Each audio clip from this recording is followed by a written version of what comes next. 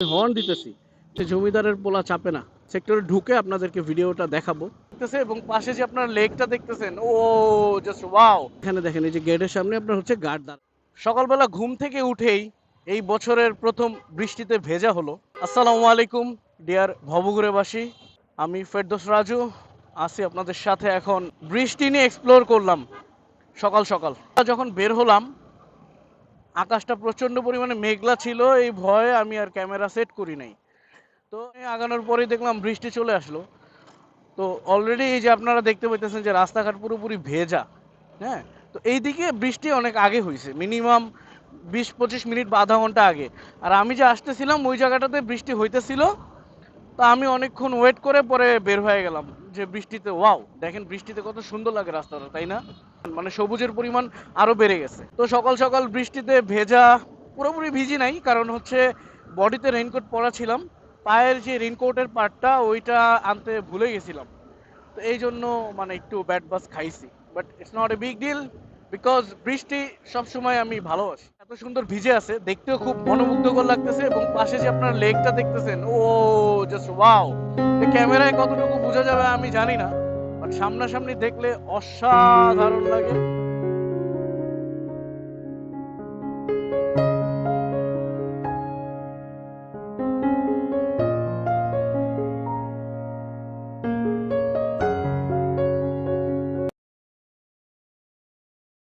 এই যে সেই অটোর স্বর্গরাজ্য আপনাদের আবার দেখাইতে নিয়ে আসলাম।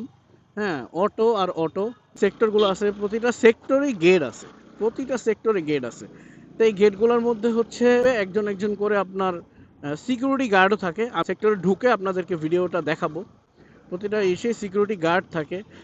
আমার কথা হচ্ছে যদি ওইখানে প্রতিটা জায়গায় একটা করে গার্ড দিয়ে দেয় এবং বলে দেয় যে ব্যাটারি চালিত রিক্সা নিষেধ, দ্যাটস অল।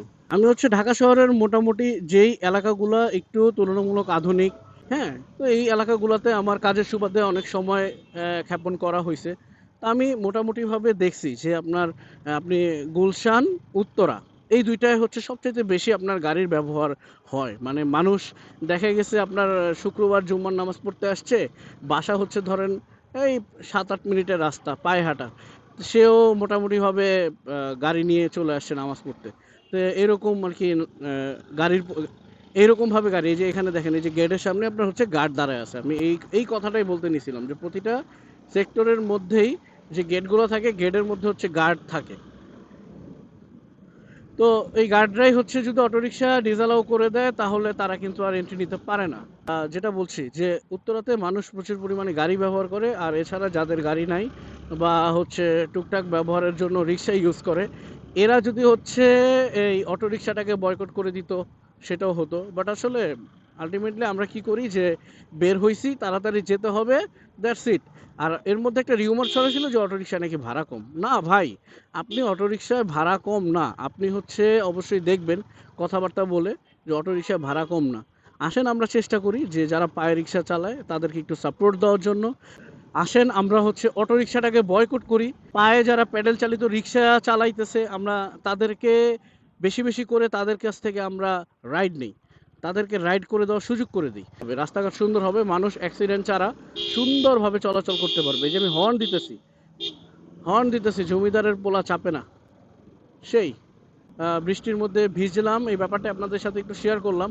আমি চেষ্টা করব যে আমার মানে ডেইলি লাইফের একটুখানি হইলেও অ্যাক্টিভিটিস আপনাদের সাথে শেয়ার করা। কারণ আমি আগে সাইক্লিংয়ের ব্লগ করতাম, এখন ওইভাবে করে সাইকেল চালানোর সময় হয় না বিধায় এখন আমি বাইক চালাইতেছি এবং টুকটাক মোমেন্টগুলো আপনাদের সাথে যতটুকু পারি আমি শেয়ার করব।